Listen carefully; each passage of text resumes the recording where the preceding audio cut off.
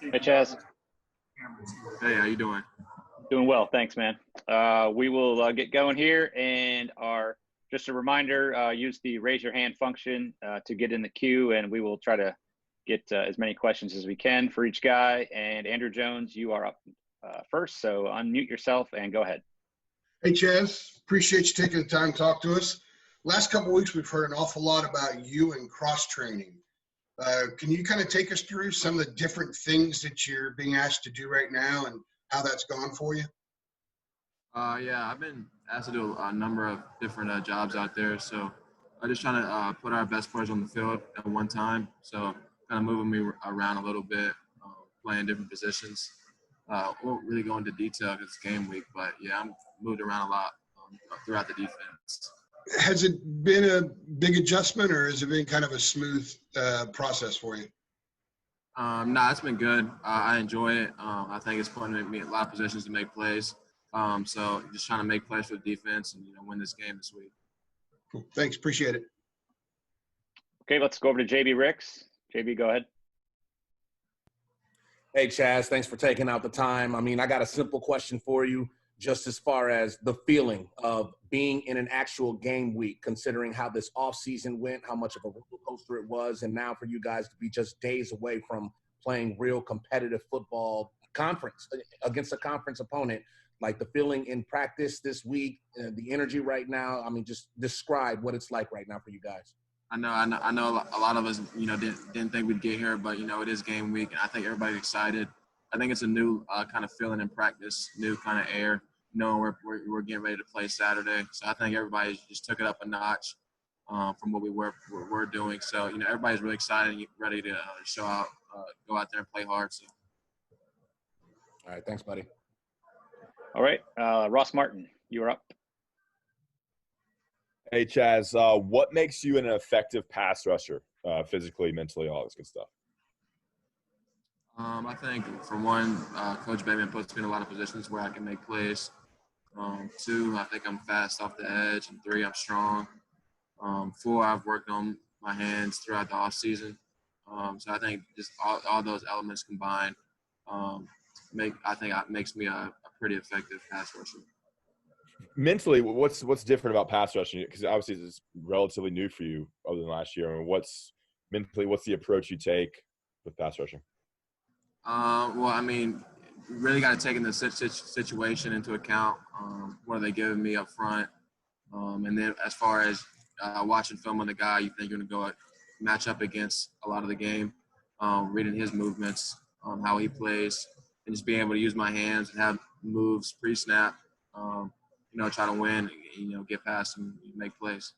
Thank you. Okay, CL Brown, you're up. Chazz, hi.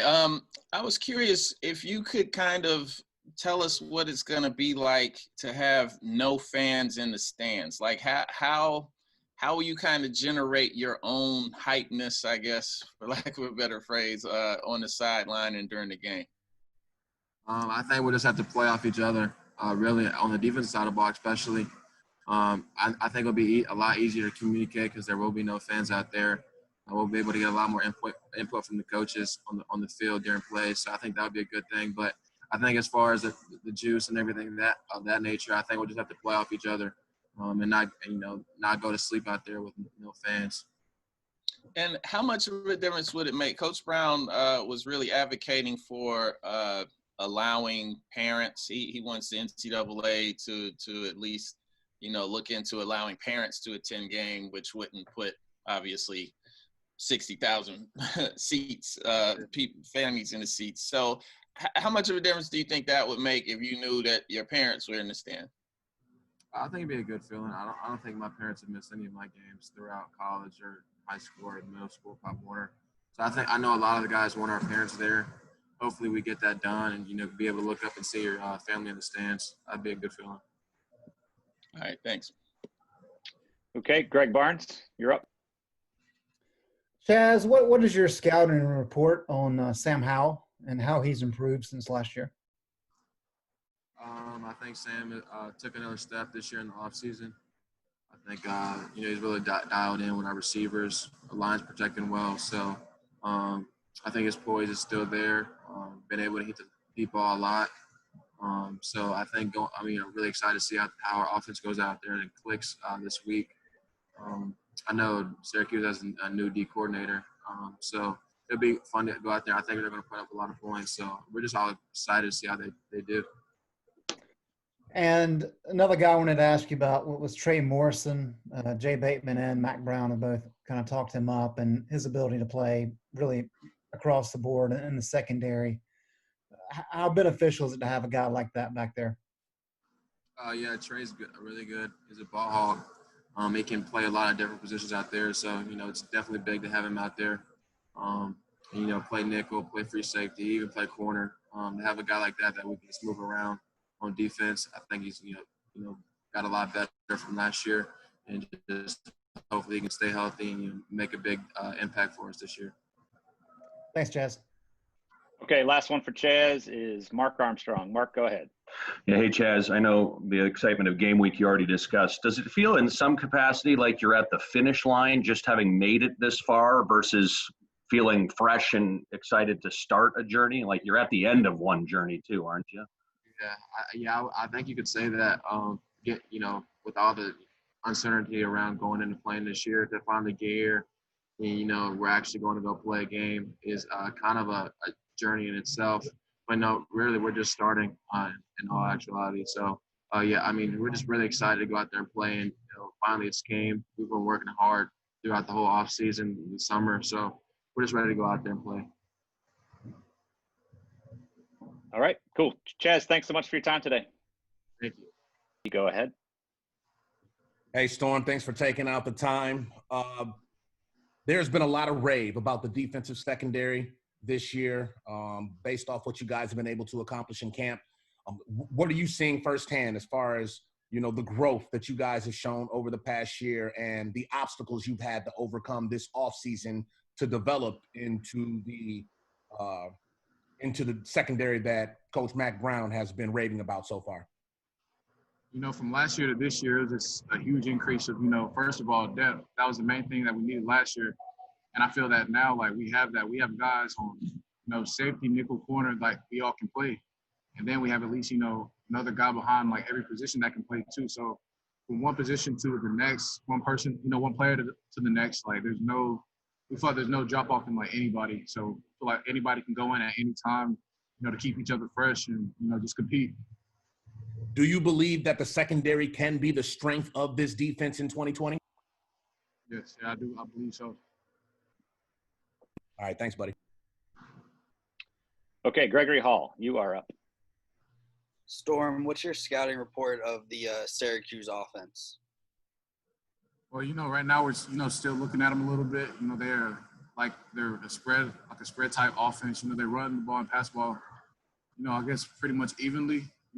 As the week goes on, we'll keep, looking at them, then have a new offensive, coordinator. So we're going to be looking at stuff, that he likes to do, just dial in on, things they did in the past, just watch film. That's the main thing. Just keep watching tape and, being in the playbook.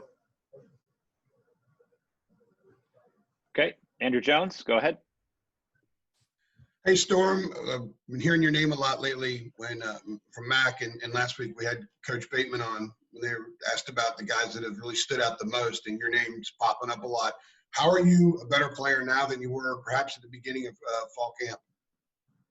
I feel like, I took the initiative to just getting the playbook a lot more, but that was the first thing. I feel comfortable with any play call that we have, just knowing what to do. I feel like that was the first thing for me. Then, on top of that was my confidence I had gained, from last year to this year. I feel like those two things are really big on me. And then, just obviously, just working out and just doing little things on my techniques to, get out of breaks faster, make plays on balls, and, just be a better player overall. How much has the competition in your position group, especially the high level of players that you guys have there, get you better this month? Oh, it's helped me get better a ton, honestly. You got guys like, Patrice, Kyler, Day-Day, Obi, guys like that just come out every day and just, it's a challenge. It's a challenge to get, going against them every day, every play, every rep. Those guys coming out, they make plays, So it's just really we all just help each other get better, and we just work and just compete, and that's the main thing.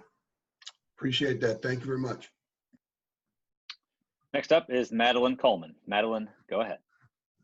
So asking in the most genuine way possible, how are you, especially given what all is happening in our world today and with it being game week? I'm doing good right now. Obviously, we're all ready to play, so we're all ready to get to Saturday. So I feel like this week, just take it day by day, just watch a ton of film, really, just to become, be prepared and be ready, for what we're up against, in Syracuse. Thank you. All right, let's go over to Alyssa Ray. We've been hearing about some battles between the DBs and the receivers in practice, and how have they made you guys better, and what do you see out of those the receivers, and how have they improved you all?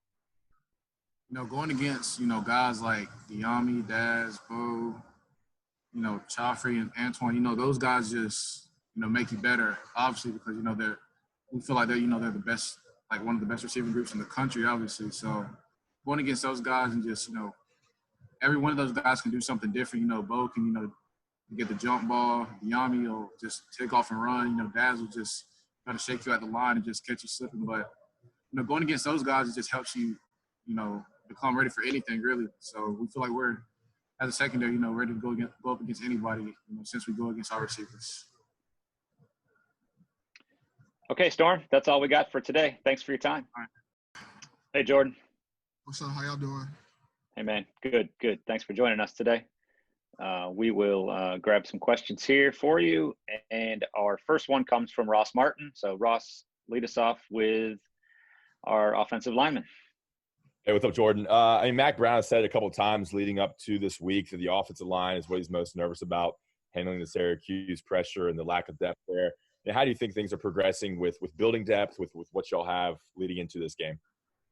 Yeah, I think building depth is still a big emphasis on what we need to do just coming this week. I know a lot of people are ready to play, but just knowing what to do is a huge thing out on the field. So we got to build depth there. But as far as like scheme and everything go, they do run a crazy crazy defense that's going to bring a lot, and it's going to test our awareness and just knowing what to do and film study. And I think the way that the blue and white groups, the way they've been preparing, especially with film, I think it should be a great opportunity for us to show that we're not to be worried about. Today, how many players could go? How many offensive linemen could go and play against Syracuse? That's not really my decision. That's really more for the coaches. But if I'm gonna say we got a blue and a white group, so I'm gonna say we got 8 to 10 players that can go out there and know what to do. With the secondary group or the second group, what do they need to do to get to the level where they can play? Like what things they have to get ready so they can play against Syracuse? I think just leaving it all out on the field. I think they're a little too worried about messing up and not focused on just going out there and playing football. I think football comes with experience, and they're going to get that out here in practice with the older guys and with us helping them out. But I think they really just need to just go out there and just play football every single day, hard. Okay, thank you. Yep, no problem, Ross. All right, next up is CL Brown.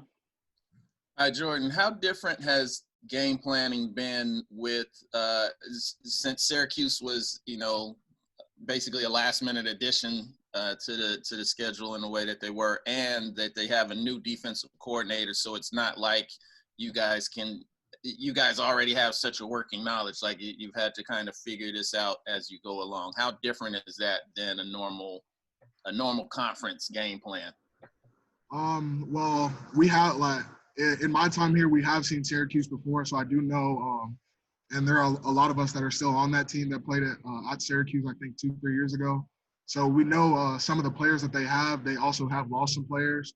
But I think our coaches, our quality control people have done a great job, like getting us whatever film they can off the D coordinator, whether he was at Arizona State or whether there's new players that we need to learn about, and they're switching numbers, this, and that. I think they've done a great job, just like they would any other week. There hasn't really been a drop-off to what knowledge they bring to us. But, yeah, they've done a great job. And from your observation, how has Sam Howell handled kind of the expectations, along with the hype of the team? It seems like he specifically is getting there's a lot of expectations going into this year for him. Yeah, I think there's a lot of expectations for him, but I think he carries that very well. I think he's a leader. He knows what to do. He studies film more than anyone I can think of on the team, and he's a true baller. Like he could throw the ball, run the ball. Like he knows what to do. He knows how to lead the O-line, talk to the backs, get the receivers going. And I think he's really just carried the role as a leader in a very amazing way. Thanks, man. All right, Greg Barnes, you are up next. Hey, Jordan, to follow up on CL's question there, how has Sam changed as a leader? I mean, how have you seen him kind of adjust and grow over the past year? Over the past year, he's definitely been a lot more vocal, especially to the O-line, just kind of telling us what he wants, telling us what he's thinking when he's back there. If someone manages to get through, he's quick to tell us how he's going to react to it and whether or not what we can do to fix it. I would say he's definitely brought his voice more into the picture. Instead of just doing it, he's talked more. And on the other side of the ball, we know a lot about Tamon Fox in terms of what he brings as a pass rusher. Who are some other guys on that side that have impressed you throughout camp? I'd say Tyrone Hopper. I mean, me and him went to high school together, and I've seen him grow since we were kids. And this year, it's just something different about him. He definitely got faster and stronger. He's going to be very good on the edge. Tamon's little brother. Tamari's extremely strong, knows what he's doing, knows the plays. Freshmen, I think Miles Murphy and Cameron Rucker are two standouts that strong, and once they get into the game plan, know what they're doing, they're unstoppable. I think we got a lot of speed, we got a lot of strength. I mean, I heard y'all talking to Chazz earlier about his pass rush. Dude can pass rush fast. I mean, we've got it coming from everywhere. Thanks, Jordan. Jordan, thanks so much for your time today. Yep, no problem. Have a good day. Never mind. Hey, Sam. What's going on? Not too much, brother. We will lead off with Dina King. So, Dina, go ahead and ask away. Hey, Sam. How you doing? Dina King, Tar Heel Illustrated. My question is, we know how much a film room junkie you are. When Syracuse was announced as the first opponent, how much more extra time have you been in the film room, considering they've got a new defensive coordinator, Tony White? Yeah, we definitely spent a lot of time watching film. They do have a new DC, Tony White. He came from Arizona State, so I've kind of looked into his history and see where he's been in his past and looked at some of that stuff. And also looking at Syracuse film, even though Tony White wasn't there last year, still looking at personnel and stuff like that. So I've definitely spent a lot of time watching film. Thank you. Yep. All right, Andrew Jones, you are up. Hey, Sam, you've gotten an awful lot of attention this offseason and certainly in the last month. How have you handled that? Is that something that you can't avoid, or do you seek it out, or how do you kind of go through the fact that you are all over the place pretty much? Yeah, I mean, I really don't look at it much. I think it's hard. I mean, it's hard not to look at it all the time, but I mean, I'm definitely blessed and thankful for the position that I'm in. I think when you have a lot of attention, it can be good and bad. So it's just about how you handle it. I mean, my big thing is, I think a lot of people have high expectations for me this year, but just because it's supposed to happen doesn't mean I'm going to go out there and have a great season. I still got to take it day by day and prepare as best as I can and have success on Saturday. So no matter what they say, I still got to do my job every single day. So that's kind of how I go about that. Do you see it as maybe a responsibility to live up to it, or just as motivation to know that you can be at a certain level and based on what a lot of people are saying and what your past performance has dictated?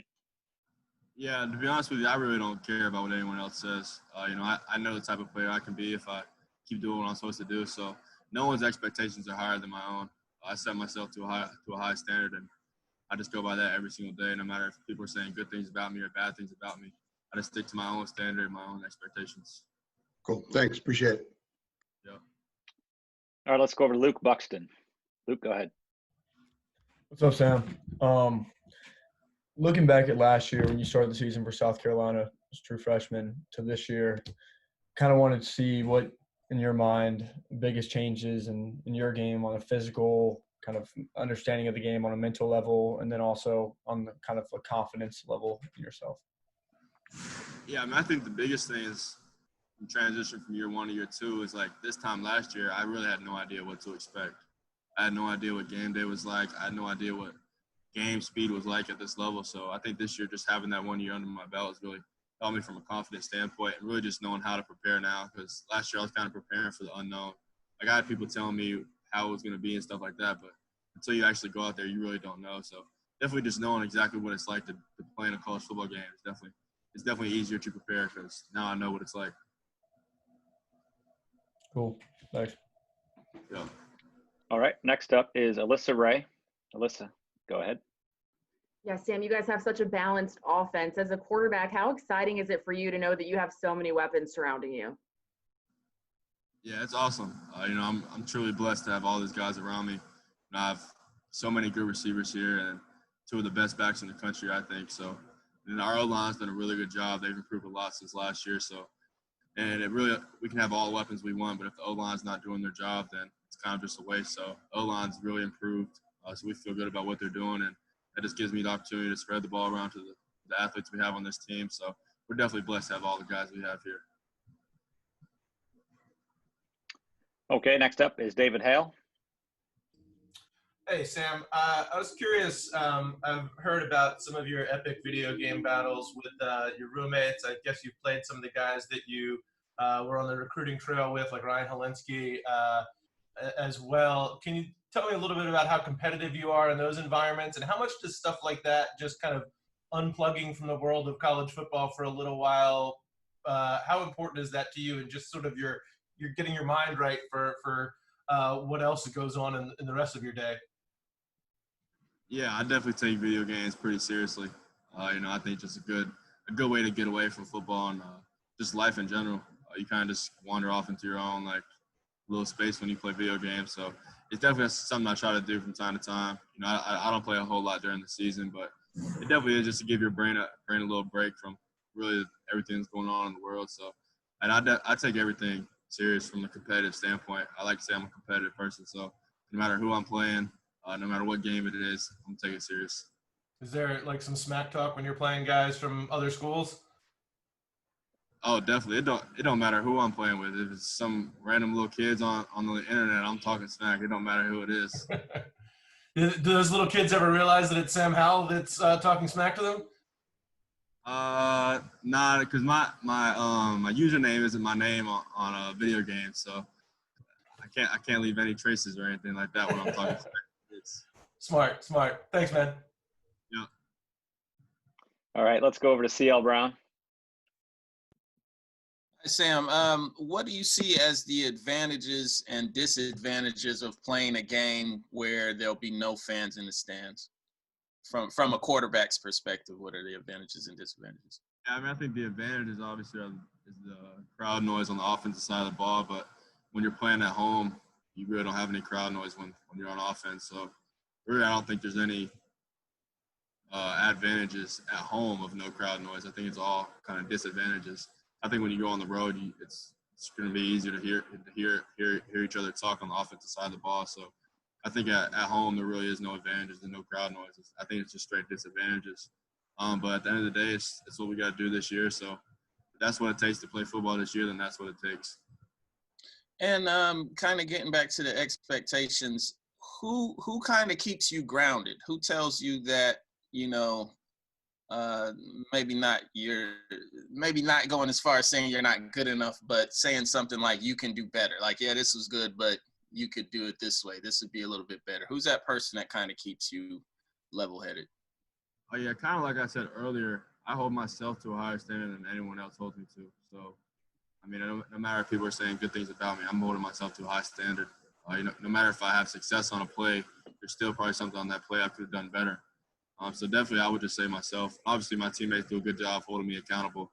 But definitely I hold myself to a higher standard than anyone else holds me to. So I think that's the only way I can get better. All right, thanks. JB Ricks, go ahead. Hey, Sam, good to see you, buddy.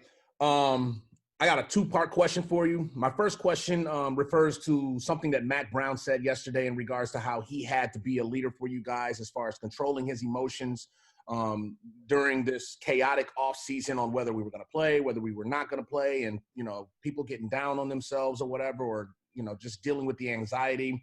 But now that we're here with the actual game week, what is the vibe in practice? What is the vibe that you're seeing with your teammates as you guys get ready to play a season that was in flux, you know, since March?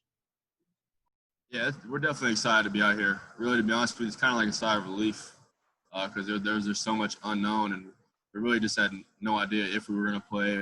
For a time, we had no idea who we were going to play. So definitely just it's finally game week, so it's really just a sign of relief that we actually got to this point. You know, we're just thankful that we're allowed to play football this season. So we're definitely excited to be out here, and we're really excited to get out there on Saturday and do what we do. And the second part of my question is for you specifically as an individual. How excited are you that we are getting a 2020 season, considering the success that you were able to get during your freshman year and wanting to keep that momentum going throughout your collegiate career, you know, for whatever goals you may have beyond college? Yeah, I'm definitely very excited because I know the team that we can have this year with all the guys we have coming back.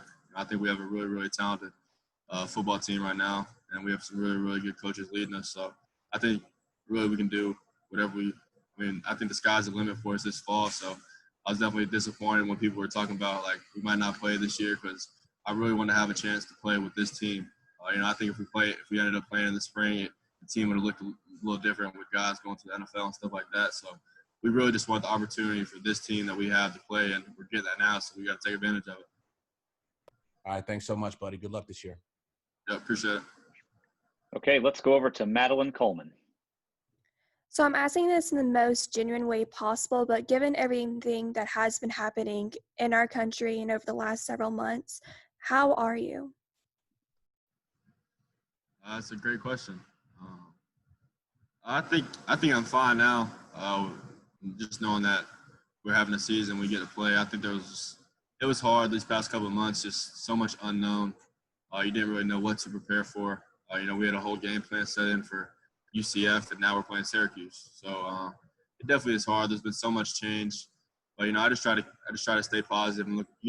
I think with every situation, you have two ways of looking at it. You can either be positive about it, you can be negative about it. So I just try to take the positive side of things. I think that's just how you can live a happier life and things like that. So just try to be positive. Just try to be a good role model for people around me. Thank you so much. Yeah. All right, let's go to Gregory Hall. Sam, what have you seen out of the Syracuse defense while watching film?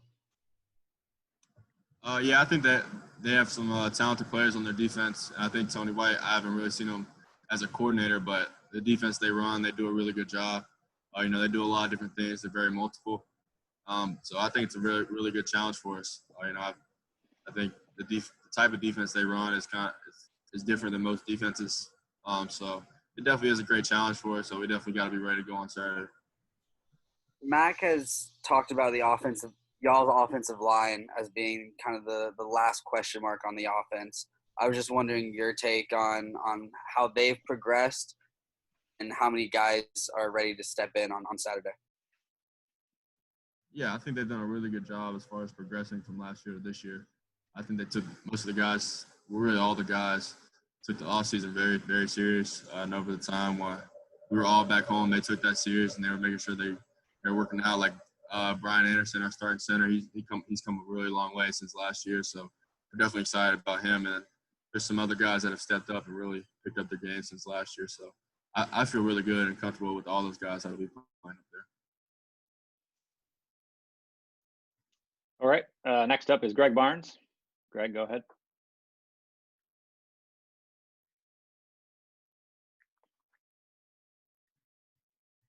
Greg, you there, bud? Well, let's go over to Mark Armstrong then. Sam, absolutely nothing has been normal these last several months. As you head into this game, is there anything that is normal to you that you know you'll be able to depend upon once the game starts? Yeah, I mean, I think once the game starts, it's football. I think everything else, as far as like the travel things and how you're eating your meals, all that stuff will be different. But once you get on the field, it's football. I think everything kind of, I don't want to say disappears, but everything else kind of disappears when you get on the field. We're just playing football. So I think that's really the only normal thing kind of about this season. But yeah, so that's really probably the only normal thing when you actually get out there and start playing. Thanks. Yeah. All right, Sam. That's all we got for today. Thanks for your time. Yeah, appreciate you guys.